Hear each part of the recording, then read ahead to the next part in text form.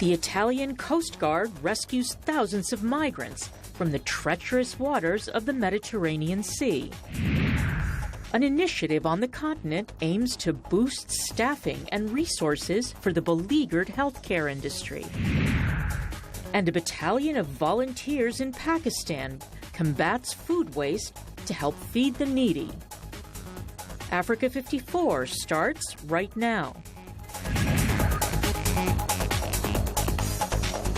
Good evening and welcome. I'm Vincent Makori. This is Africa 54. Now, we'll have those stories shortly. But first, a powerful car bomb triggered by a suicide attacker shattered the calm in Somalia's capital city on Tuesday, killing at least 22 people and wounding at least 30 more, according to the head of the Amin Ambulance Services in Mogadishu. Somalia's Information Minister Mohamed Abdi Hayari Murayi told VOA that the car bomb was one of 3 car bombs Islamist extremists planned to detonate in Mogadishu. And Mariah says 2 of them were seized by government forces following tips from Mogadishu residents. But this one could not be prevented. Police Major Mohammed Ali told Reuters the bomb exploded outside the presidential palace and the 2 hotels opposite the palace have major damage. 5 soldiers outside the palace were also killed. Al-Shabaab terrorists have claimed responsibility for the attack. The tragedy was averted when the Italian Coast Guard rescued about 6,500 migrants sailing in the Mediterranean Sea on Monday. Most were traveling from Somalia and Eritrea.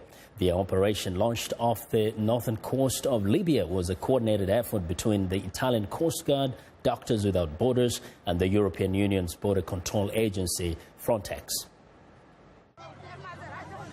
The migrants were packed on board scores of boats, many of them flimsy rubber dinghies that became dangerously unstable in high seas. Most were believed to be Africans. Data from the International Organization for Migration, released on Friday, said around 105,000 migrants had reached Italy by boat so far in 2016, many of them setting sail from Libya. Nearly 3,000 men, women and children have died over the same period trying to make the journey. More than 1,000 migrants were rescued from boats in the Straits of Sicily on Sunday as they tried to reach Europe. Among the rescued migrants were infants and small children intercepted from the coast of Sabrata, Libya, according to Proactiva, which was coordinating the operation with the Italian Maritime Rescue Coordination Center. Some had jumped into the water and were retrieved and pulled up by rescuers. A long life buoy had also been thrown into the water for the migrants to cling to. More refugees were expected to set sail this week because of favorable weather conditions. Italy has been on the front line of Europe's migrant crisis for 3 years, and more than 400,000 have successfully made the voyage to Italy from North Africa since the beginning of 2014, fleeing violence and poverty. Well, the efforts of Africans to reach Europe via the Mediterranean Sea has created a criminal industry of human traffickers and smugglers. The European Union in mid-2015 launched Operation Sophia to try to stop this activity. In part 2 of our report, Crossing Crisis, VOA senior investigative analyst Jeffrey Young discusses with experts whether this effort is effective and humane. The Mediterranean Sea is filled with little boats setting out from Libya and other parts of the North African coast for Europe. The people crammed in these vessels, some of which are small rubber rafts, are nearly always unaccompanied by any crew. They drift in the waters sometime for days. If the boat capsizes or sinks, they might drown, as thousands already have. This abandonment by human traffickers is deliberate, as discussed via Skype by International Organization for Migration spokesperson Joe Millman. They've figured out a different way of completing the journey, which is to outsource the labor to the European and commercial vessels that are plying the Mediterranean right now. You know, under maritime law, if a vessel's in distress and you sight it, you have to save the people on it.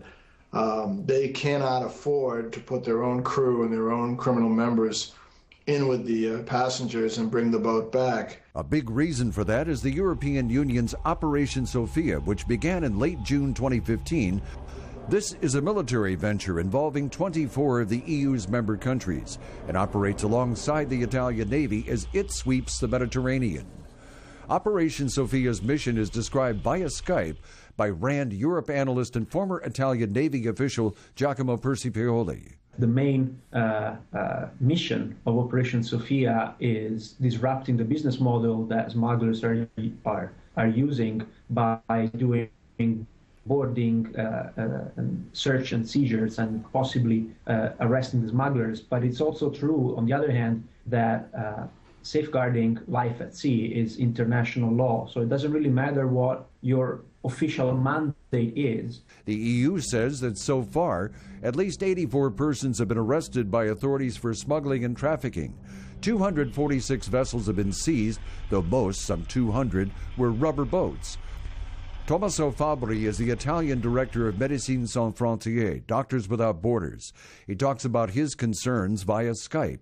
My concern, which is that Europe is investing money and resources on deterrence, stopping smuggling, rather than saving life of migrants that needs to arrive in a safe place in order to be able, according to the international maritime law, to seek for any kind of international protection.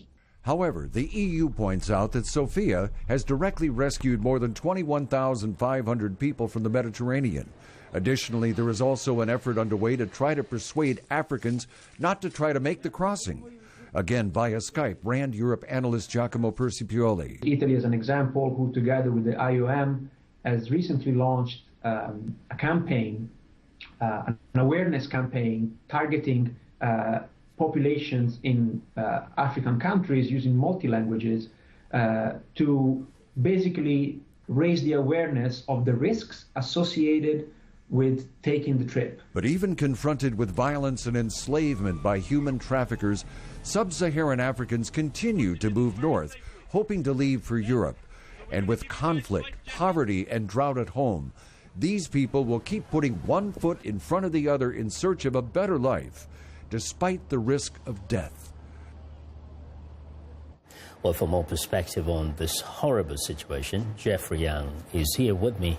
And Stuart, Jeff, once again, we are revisiting this very tragic story. Question is, how realistic is this plan to dismantle the smuggling syndicate here? Many of the people that I spoke with don't have much hope that this is going to stop what is going on.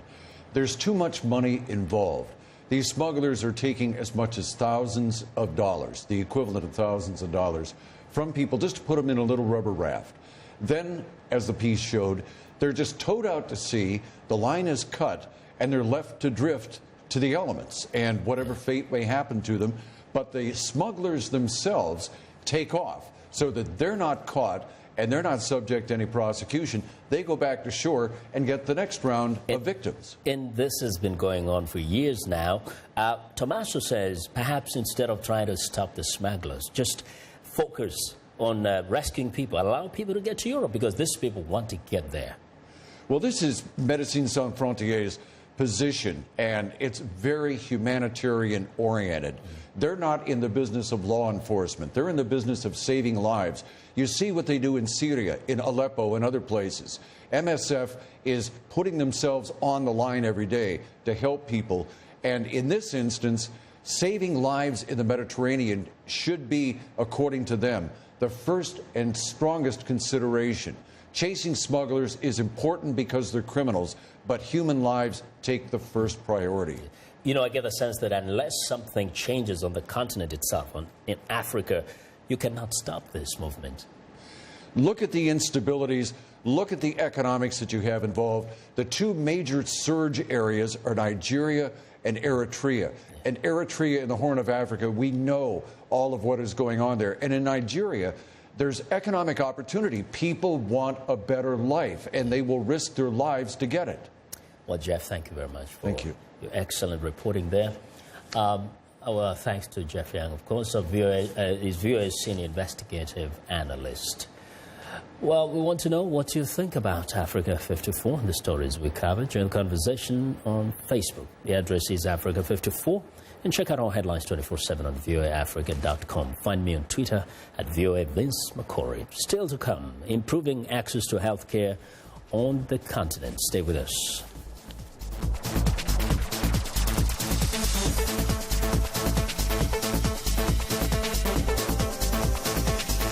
Shaka Sali, host and senior editor of VOA's international call-in talk show, Straight Talk Africa. Today we'll examine the tobacco industry. We pretty much touch on anything that you can think of. Politics, health issues, human rights issues, you name it, we talk about it.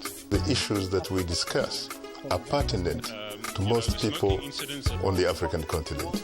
A very, very rare and unique opportunity to interact with their leaders.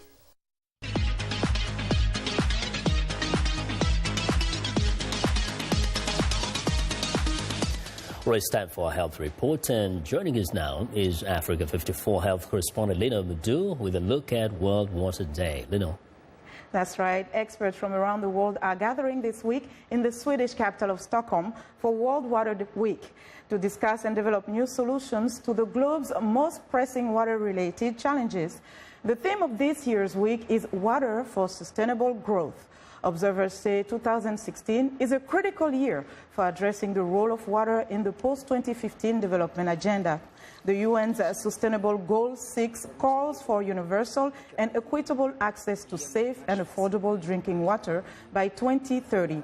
The U.S. Centers for Disease Control and Prevention says worldwide 780 million people lack access to an improved water source.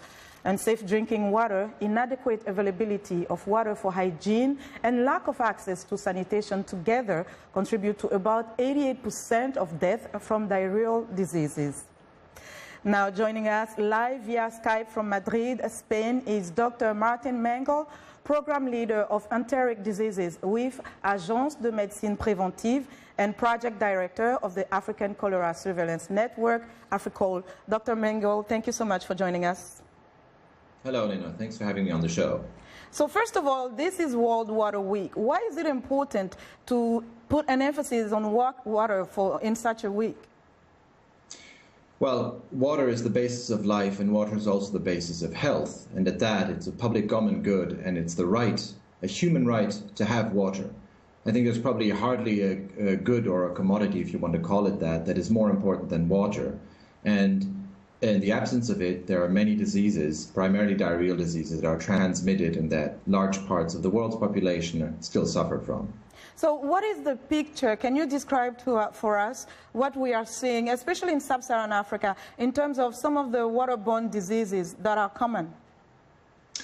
Well, I think there are the most recent estimates for life years, disability-adjusted life years averted. Meaning a year of a person's life that a person cannot live in perfect health due to the absence of safe water was 26 million only in 2010. Or if you want to put it another way around, there are thousands, hundreds of thousands of deaths that occur due to water-transmitted diseases, large parts of them due to diarrheal diseases, and the absence of safe water contributes to, I think the recent estimate is 88% of all deaths due to diarrheal disease. And Dr. Mengel, we know the solution when it comes to clean water. I mean, this is an issue that has been discussed for so many years. The solutions are there, we know them, but the issue is still remaining. Why? Well, I mean, in the early 20th century in Europe, we had the same situation that we still have in sub-Saharan Africa or Southeast Asia. And we did a simple thing. We built canalization and we built piping systems that would bring safe water to everyone. The same thing needs to be done in the entire globe. But still, although we know this, and though it has been formulated in the Millennium Development Goals that will exist up to 2015, Sub-Saharan Africa was the only region in the world to fail the goal of increased access to safe water. I think the problem is that the societies will need to consolidate and that the political will needs to be mobilized to actually make this happen. Okay, Dr. Mengel, that's the time we have for today. Thank you so much for joining us. And that was Dr. Martin Mengel, Project Director of African Cholera Surveillance Network, AFRICOL. Now, healthcare is one of the most challenged sectors in many African countries. Challenges include insufficient numbers of healthcare workers to poor infrastructure. However, through the AfriHealth initiative, the continent hopes to salvage the situation before it escalates. Saving lives, providing comfort. So many African health professionals lead rewarding careers. But there are times when doctors and nurses here are faced with serious challenges. Medical workers in some African countries have complained about issues such as lack of access to proper equipment and medicines and low pay. Consequently, many healthcare workers choose to become expatriates in hope of better lives and working conditions. We have a serious shortage of health workers in Africa, and it is reported by WHO that 6 million health workers are needed from all the world. So how can we address that? We don't expect miracle. We don't import doctors from anywhere else. We have to work together. It is against this backdrop that the Medical and Nurses Education Partnership Initiatives, MEPI and NEPI, was formed 6 years ago to revitalize education and address the pressing health needs of sub-Saharan Africa. Beginning September 2016, the initiative will be known as the African Forum for Research and Education in Health. We're very excited by this transition. Firstly, because it really brings together two very powerful professions in the response to health burden within the continent, the doctors and the nurses. Brain drain of health professionals and inadequate health systems are some of the problems AfriHealth aims to address. If I don't get a training opportunity in my country, in my continent, I go to another country for that, and the chance of me coming back to my country is less because I get used to an affluent society living style, and that's another thing. So we should have, so everybody wants to learn and improve himself, and that has to be arranged in the country or the continent. The World Health Organization says that the world will be short by 12.9 million healthcare workers by 2035 if many more are not trained and employed. Africa has 2 healthcare workers per 1,000 people, compared with the Americas, which have 24 healthcare workers per 1,000 people. 17 African countries participate in the AfriHealth initiative, which brings together over 200 health professionals. Countries in this initiative come from East Africa, Southern Africa, and a few from West Africa. Now, through AfriHealth, educating an adequate amount of new health workers can address the manpower issue before it becomes a continent-wide crisis. And that's our health report for today. To stay in touch, find me on Twitter @LenorMoudou. Back to you, Vincent. Well, Lenore, thank you very much. Now, be sure to watch Lenore Moudou's health reports every Tuesday and Thursday right here on Africa 54.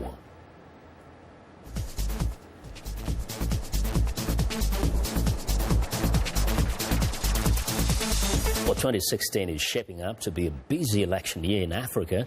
By the end of the year, 31 countries, more than half of the continent, will have gone to the polls. This comes amid important demographic and social shifts in many parts of Africa. The African electorate is becoming younger, more connected and more informed. But there are high levels of unemployment and, in many cases, high levels of disillusionment. Africa 54's Haiti Adams Fitzpatrick has a report. We see it often. Africa's youth taking their discontent to the streets. Experts say it's also having an effect at the ballot box. But a new study by Afrobarometer suggests African youth have become less engaged in politics in the past 10 years. So why the disconnect? We checked in with young activists who say politicians are simply not speaking to their generation. You can't get up there and sound off and mouth of high platitudes about, the West this, the West that, because people don't care about that anymore. People are so concerned with bread and butter issues Do I have water? Do I have electricity? You just need to have a political party that captures the imagination of young people and speaks to the issues that they are dealing with. That no nation survives if it completely excludes its youth, because you need their skill, you need their innovation, you need their resilience and creativity to address the key economic or political or even social or even cultural challenges that bedevil us as a people. If you alienate young people, Boko Haram is there waiting for them. Young people are becoming more and more vocal in terms of what they want, and they're challenging the system, they're challenging the status quo, they're challenging the current government. And if that spreads throughout the continent, we've got a good shot at actually ensuring that the dark continent idea of Africa we are rid of. US President Barack Obama recently told young Africans visiting Washington that it's up to them to inspire their peers. The world will not be able to deal with climate change or terrorism or expanding women's rights, all the issues that we face globally, without a rising and dynamic and self-reliant Africa. And that, more importantly than anything else, depends on a rising generation of new leaders. It depends on you. This message hit home with a young Ugandan who says a new type of leadership is needed to attract a new generation of voters.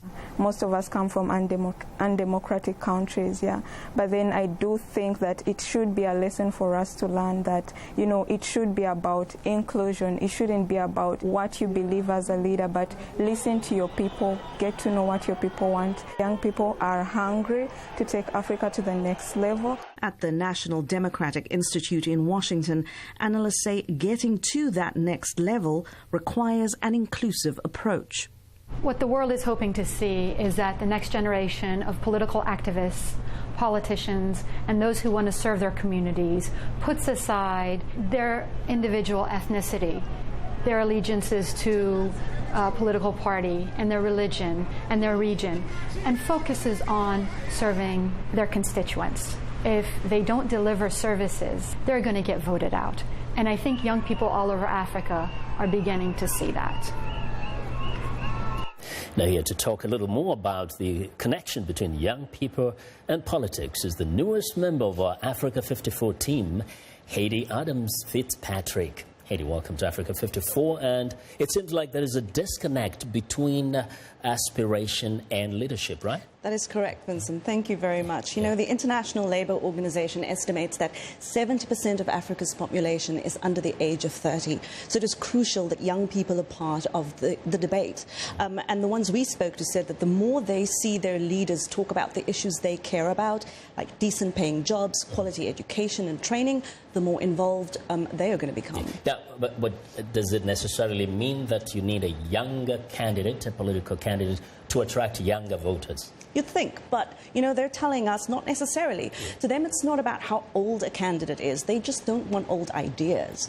So, you know, we spoke to some activists in South Africa, one of them telling us, you know, liberation politics is still very much at play there. And they're saying we're grateful to the generations who have gone before, who have fought and won our political freedom, but let us take it from here. You know, we want to fight for our economic freedom. They want leadership that is inspired, that is inclusive, and they want their leaders to formulate policies and build economies with their generation in mind. So not so much about age, but really about style of leadership. Indeed, because, you know, they serve some ideas worked at a certain time, but we moved on, and they need to keep up with the times and the issues of the moment. It's about thinking, forward-thinking, forward-looking. Great reporting, great perspective. We are really happy to have you with us. Thank you very much. At Africa 54. That's Haiti. We're looking forward to more from her. And Africa 54's Haiti Adam Fitzpatrick. We have to remember it's not Haiti the country, but Haiti the person with a D-Y at the end. Well, it's time now for a short break. Still to come on Africa 54. Volunteers in Pakistan put surplus food to good use. We'll be right back.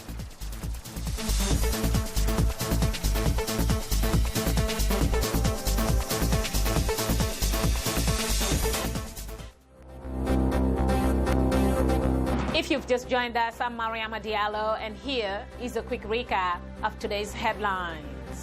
In the DRC, the Supreme Court orders the release of the 3 pro-democracy leaders who had been arrested for opposing President Joseph Kabila's new term.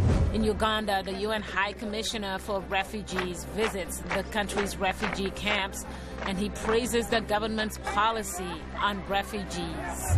In Kenya, 2 of the top 3 Olympic Committee officials released on cash bail had been arrested on mismanagement and doping charges. Finally, in Libya, government forces say one last area remains to oust the Islamic State group militants from Sirte. That's all for today. Thanks for watching. We'll see you next time.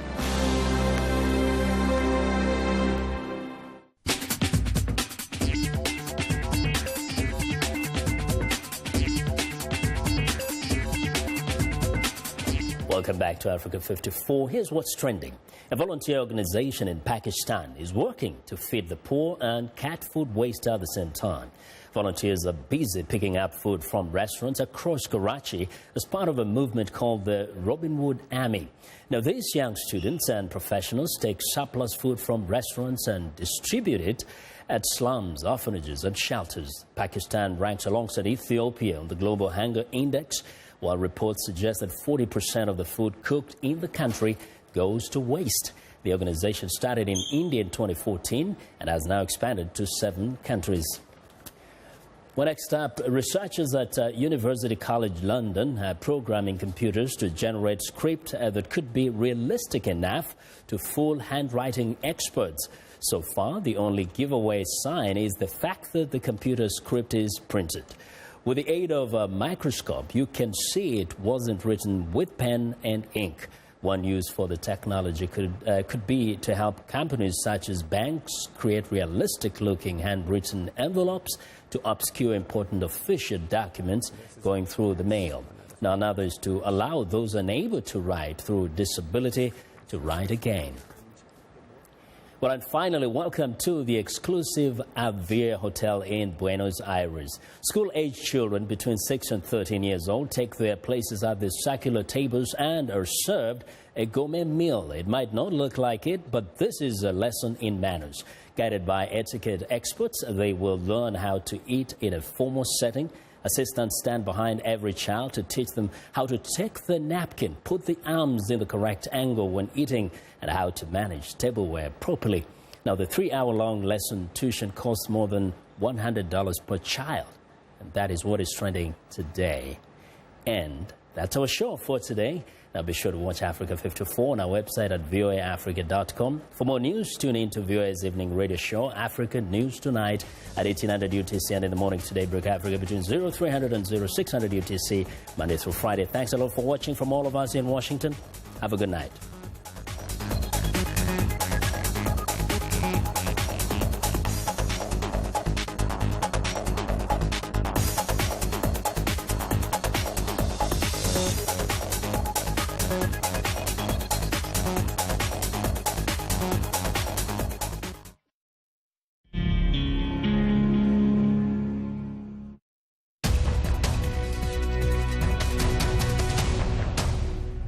Welcome to the Voice of America's Newswords.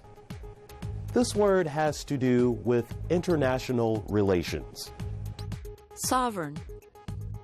Listen to the U.S. General and NATO Commander Philip Breedlove. We've seen a nation cross an internationally recognized sovereign border and annex by force a portion of a sovereign nation. That changes the way we do business. Sovereign means the right of a country to govern itself. A sovereign nation is independent from other countries. General Breedlove complains that Russia took over part of Ukraine. Now, when you hear the word sovereign, your American English will be good enough to know what this newsword means.